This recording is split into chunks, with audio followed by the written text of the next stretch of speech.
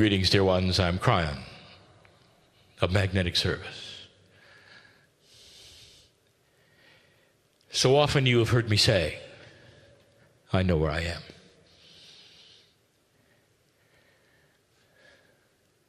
More and more of humanity is beginning to understand that there is so much more than they're told. And that the truth is very available. For the actual record of the earth is in the Akash of those who lived through it. And as this planet begins to evolve spiritually, these things in your Akash will start to awaken. The awakening Akash then brings you intuition, hunches, ideas, realizations that have come from no source that you are aware of. This is what starts the books to be written. Those who would seek to ask the questions, and it starts to push the envelope of what is real and what is not.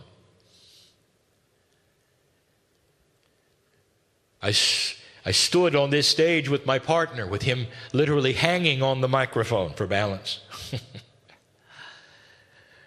And I gave you the lineage of the Anagnu. And we told you some of them have abilities that you are now only starting to have. They're in touch with their ancestors in a way you cannot imagine. They have the ability still to sense and get information from the ones whose names you cannot pronounce, who are still here. And I want you to put this together and connect the dots. As the tourist, walking on the paths of the red dirt around the rock that you're allowed to see, I want you to feel it. Don't be tourists. You are there to feel a little of what they have felt for thousands of years. Is it possible, dear ones, that this spot, much like the last one we celebrated called Shasta, would have those here who have been here since the original seeding and are willing to speak to you in a certain way? And it'll always be through the heart, for there is no language, which they brought. They brought concepts, benevolence, understanding. They imbued the planet with the consciousness of the grids that bring the food and the rain, and are benevolent to humanity.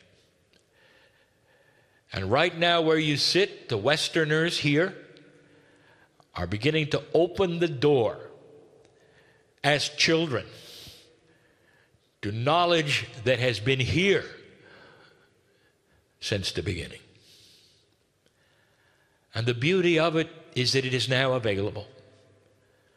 More and more of the shamanic energies of the keepers of the land of this planet are opening their doors and giving the secrets.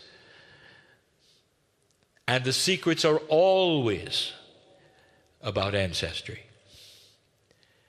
What did they know? And what happened? And as these things become intuitive, the hunches, the things that propel you to ask the questions you do, as they become what we will call cognized or believed, spiritual evolution begins. But it doesn't begin in a book. It begins with you understanding at the core level who you are in relationship to who you've been. We're going to speak more tonight